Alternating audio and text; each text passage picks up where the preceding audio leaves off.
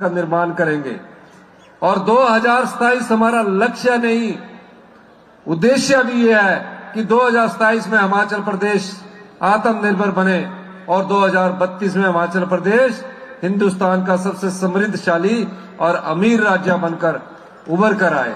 इस दिशा में हमारी सरकार कार्य कर रही है। आने वाले समय में हम गांव के लोगों के हाथ में पैसा देना चाहते हैं, ग्रामीण अर्थव्यवस्था को मजबूत करना चाहते हैं, लेकिन जब बदलाव होता है तो थोड़े कड़वे फैसले होते हैं। हम चाहते हैं कि आपको अच्छा पानी मिले, लेकिन उसके लिए थोड़ा बहुत मूल्य आप भी दीजिए। हमने कहा है कि गांव में जो भी पानी का नलका लगेगा या पानी का मीटर जिसको लगेगा, मीटर नहीं लगेगा, कम से कम वो 100 रुपया पानी के बिल का दे, ताकि हम आपको स्वच्छ जल उपलब्ध करवा सके। भारतीय जनता पार्टी की सरकार ने क्या किया? कहा इसकी आय 3 लाख रुपया है, इसको भी पानी का बिल माफ। ये इनकम टैक्स भी देता है, इसको भी पानी का बिल माफ। इसी तरह बिजली में भी उन्होंने कर दिया। बड़े बड़े उद्योगपतियों को सब्सिडी की क्या देने की क्या जरूरत पड़ी थी? 1 रुपया पर यूनिट बड़े बड़े उद्योगों को हम सब्सिडी दे रहे हैं। हम उद्योगों का पलायन नहीं करना चाहते, लेकिन हम आम जनता की जो संपदा है वो धनवान पर नहीं लुटाने के लिए आए हैं। हम आम जनता की संपदा को आम जनता के बीच बांटने के लिए आए हैं, इसलिए हम उसमें कुछ रैशनलाइजेशन कर रहे हैं। और जिसको सब्सिडी मिलनी चाहिए, जो गरीब है, उसके जीवन यापन के लिए हम उसे और अधिक धन देंगे, लेकिन जो इनकम टैक्स करोड़ों रुपया दे रहा है उस प्रकार का अनुदान देना उचित नहीं है। पिछली भारतीय जनता पार्टी की सरकार ने सभी धनवान लोगों को पानी का बिल भी माफ कर दिया और बड़े बड़े जो होटल है उनको 1 रुपए पर यूनिट के हिसाब से बिजली की सब्सिडी देते रहे हैं, जिसको हमारी सरकार रैशनलाइजेशन करने जा रही है। अगर हम उनको सब्सिडी देंगे तो हम गरीब का हक जो है, उस गरीब के हक को हम उससे छीन रहे हैं। हमने ऐसी योजनाएं लाई जिससे उस गरीब का हक बनता है संपदा पर। ऐसे बच्चों के लिए योजना लेकर आए, जो 6000 बच्चे जो अपनी मां को खो चुके हैं, अपने पिता को खो चुके हैं।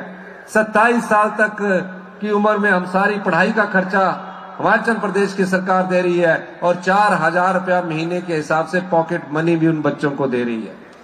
हम विधवाओं की बच्चों के लिए इस वर्ष इंदिरा गांधी सुख शिक्षा योजना लेकर आए हैं। इस योजना का लाभ जितनी भी हमारी विधवा बहनें हैं जिनकी आय 3 लाख रुपए से कम है, वो तहसील वेलफेयर के ऑफिस में जाकर उनका बच्चा के कोई डॉक्टर बन रहा है, इंजीनियर बन रहा है, वो सारी फीस, चाहे 1.5 लाख रुपया है, चाहे 75,000 रुपया है, वो सारी की सारी फीस हमारी विधवा बहनों की हिमाचल प्रदेश की सरकार उन्हें उपलब्ध करवा रही है। वो ले सकते हैं इस योजना का लाभ। हम एक विधवा जो 3 लाख रुपए से जिसकी आय कम है, उसके लिए हम एकल नारी आवास योजना लेकर आ रहे हैं। ये उन महिलाओं के लिए योजना है जिनको उनके पति ने छोड़ दिया, जिसने शादी नहीं की, जिसका पति कहीं चला गया, लेकिन रहने के लिए उसके पास मकान नहीं है, इधर उधर भटकती रहती है। हमारी सरकार उनके लिए इस वर्ष योजना लेकर आई है। जितनी भी विधवा बहनें हैं इस योजना का लाभ उसमें उठा सकती है। ये सारी योजनाएं आपकी संपदा से निकले हुए पैसे की योजनाएं हैं, जिसमें गरीब के अधिकार को छीन न सके, इस प्रकार हमारी सरकार कार्य कर रही है। आज सांस्कृतिक कार्यक्रम है और इसमें हमारे युवा साथी है, क्योंकि कोई राजनीतिक भाषण का मंच नहीं है, लेकिन कुछ बातें मैं सरकार की योजनाओं की आपके सामने लाना चाहता हूं। मलिंदर राजन जी ने जो बातें कही है, इस पर विचार करने के बाद जहां जहां इनको पैसे की जरूरत होगी, उस पैसे के दृष्टिकोण से हम उन योजनाओं को अमली जामा पहनाएंगे। हमने एक उद्योग यहां लाया, 1.5 वर्ष पहले पेप्सिको का हमने शिलान्यास किया। मुझे मलिंदर राजन जी बता रहे थे कि अगले 2 महीने में वो बनकर तैयार हो जाएगा। ये सरकार की कर्तव्यशीलता और संवेदनशीलता को दर्शाता है।